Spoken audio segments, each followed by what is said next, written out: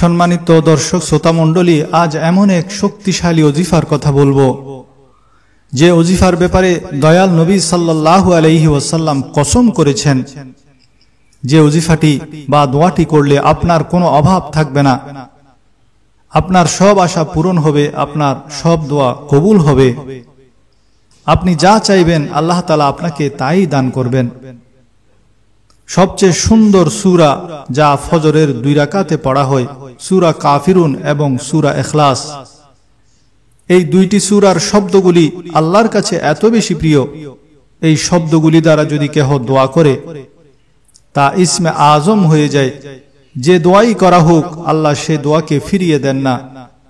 রাসূলুল্লাহ সাল্লাল্লাহু আলাইহি ওয়াসাল্লামের এক সাহাবী বয়ান করেন, আমি প্রিয় নবী সাল্লাল্লাহু আলাইহি ওয়াসাল্লামের সাথে মসজিদে প্রবেশ করলাম।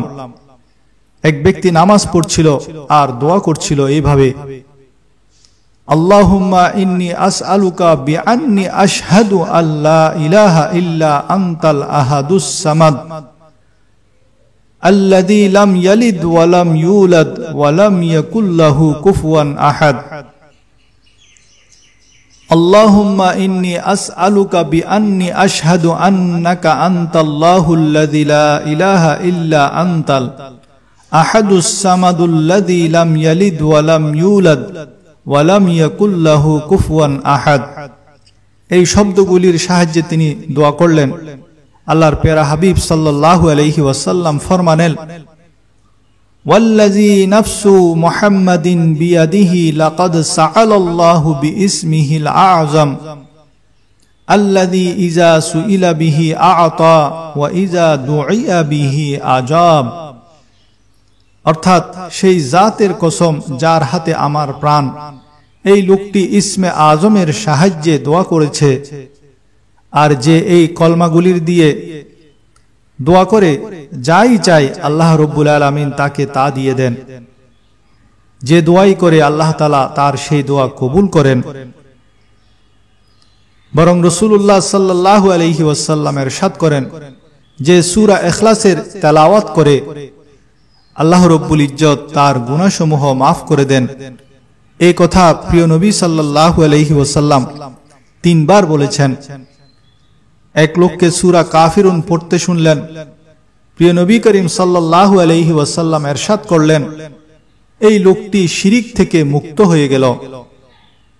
অপর ব্যক্তিকে দেখলেন তিনি কুল হু আল্লাহু আহাদ পড়ছেন, ফাকালা গুফিরা লাহু, আল্লাহ তাআলা এর গুনাহসমূহকে ক্ষমা করে দিয়েছেন। অতএব সূরা কাফিরুন ও সূরা ইখলাস পড়ে দোয়া করুন, সব দোয়া কবুল হবে ইনশাআল্লাহ। আজকে আমি যে ওজিফাটির কথা বলবো, এই ওজিফার ব্যাপারে কসম করে বলেছেন মক্কার একজন আলেমে দ্বীন আল্লামা মক্কি হেজাজি। উনি বর্তমানে মক্কা শরীফের মসজিদুল হারামের মধ্যে নিয়মিত কোরআন হাদিসের দরস দেন। উনি কসম করে এই ওজিফাটির কথা বলেছেন এবং বলেছেন যে এর মতো শক্তিশালী ওজিফা আমি জীবনে আর দেখিনি। উনার ভাষ্যমতে তিনি বলছেন যে মক্কার মধ্যে একজন খুব পরহেজগার শায়েখ, উনার বন্ধু মানুষ, উনার সাথে অনেক সফরের মধ্যে তিনি গিয়েছেন। এমন পরহেজগার শায়েখ তিনি অনেক কমই দেখেছেন। তো উনার হাই ডায়াবেটিস অর্থাৎ সুগার রোগ ছিল। তো মক্কি হেজাজি বলছেন উনার পায়ের মধ্যে একটা মারাত্মক জখম হয়েছে। তো উনি বলছেন এই ধরনের জখম যাদের হাই ডায়াবেটিস বা সুগার রোগ থাকে তাদের এই অসুখ সহজে ভালো হয় না, অনেকের পা কেটে ফেলতে হয় এই ধরনের জখমের ক্ষেত্রে। তো একজন ডাক্তারও ছিলেন মক্কার মধ্যে, তাও ওনার বন্ধু মানুষ, সেই ডাক্তারের চিকিৎসাধীন ছিল। তো সেই ডাক্তারও বলেছেন যে তার সেই পা কেটে ফেলতে হবে।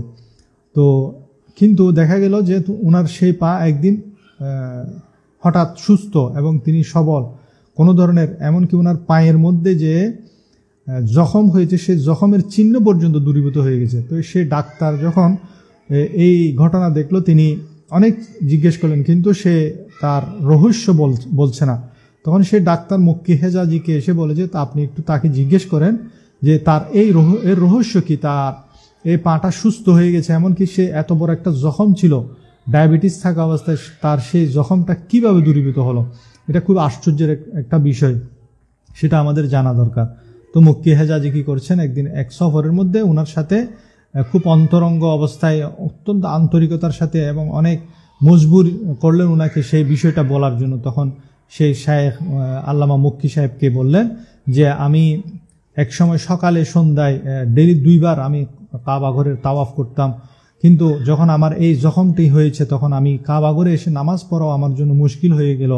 তখন আমি আল্লাহর কাছে, আল্লাহর দরবারে কোরআনের একটি ওজিফা পড়ে পড়ে কেঁদেছি। আমি নিয়মিত হাঁটতে, বসতে, চলতে, ফিরতে সব সময় এই দোয়াটি করেছি কোরআনের, যেটি সূরা আম্বিয়ার 83 নম্বর আয়াত, যেটি কি দোয়ায়ে দাউদ, হযরত দাউদ আলাইহিস ইসলামের দোয়া নামে স্বীকৃত। এই দোয়াটি তিনি পড়েছেন, যেটি কোরআনের মধ্যে রয়েছে, রব্বি আন্নি মাসানিয়াদ দুররু ওয়া আনতা আরহামুর রাহিমিন। আমি চলতে ফিরতে শুধু এটাই পড়েছি এবং আল্লাহ তাআলা এর বরকতে দেখলাম একদিন সকালে উঠে আমার পা একদম সম্পূর্ণ সুস্থ। তো আমি মনে করলাম হয়তো আমার চোখের দুঃখ, আমি আমার স্ত্রীকে ডাকলাম, আমার স্ত্রী এসে দেখলো যে সত্যি সত্যি তার পা সম্পূর্ণ সুস্থ হয়ে গেছে, আমার পা, এবং চিহ্ন পর্যন্ত বাকি নেই। তো এটা দেখে আমি আল্লাহর শুকরিয়া আদায় করলাম, এখন আমি সম্পূর্ণ সুস্থ। আমি শুধুমাত্র এই সূরা আম্বিয়ার 83 নম্বর আয়াতে, যেটা দোয়ায়ে আইয়ুব আলাইহিস সালাম যে দোয়াটি পড়েছিলেন সেই দোয়াটি পড়েছি, যেটি কোরআনের মধ্যে সূরা 83 নম্বর আয়াত, সূরা আম্বিয়ার 83 নম্বর আয়াত, যার মধ্যে দোয়াটি রয়েছে। সেই 83 নম্বর আয়াতটি হলো, ওয়া আইয়ুবা ইজ নাদা রাব্বাহু আন্নি মাসানিয়াদ দুররু ওয়া আনতা আরহামুর রাহিমিন।